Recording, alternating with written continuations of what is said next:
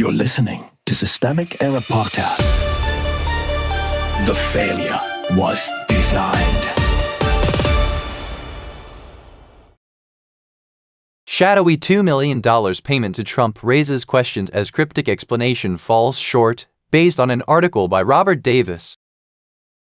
The presidency as a revenue stream, a foreign payment, a domestic power problem. The reporting here is simple enough. Trump disclosed a $2 million payment to this holding company from a South Korean business that is under investigation by his own trade authorities. That is not a cryptic explanation. It is a picture of institutional capture rendered in accounting language. The president is not merely governing while holding business interests. He is sitting at the center of a system where his office can affect the fortunes of entities that are paying him. Who actually holds power?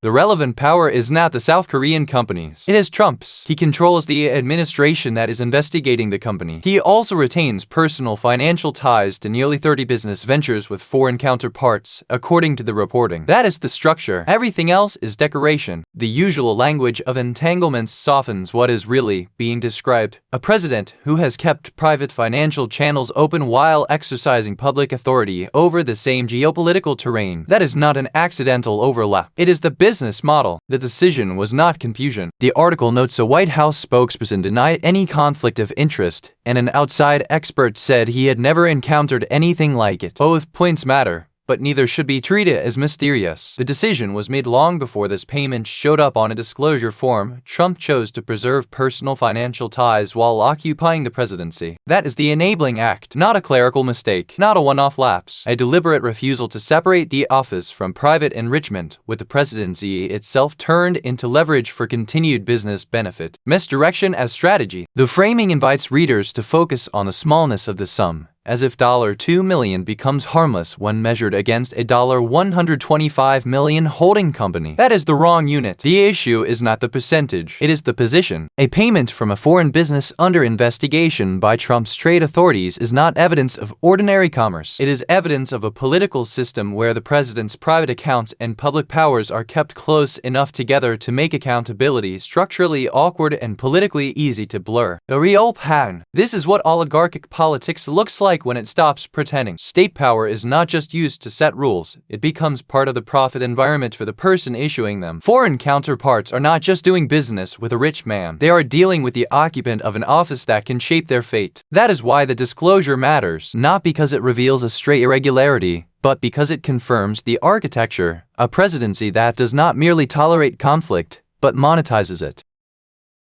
You've been listening to Systemic Error. Thanks to Raw Story for today's article with the automated voice of Ryan. Thanks for listening.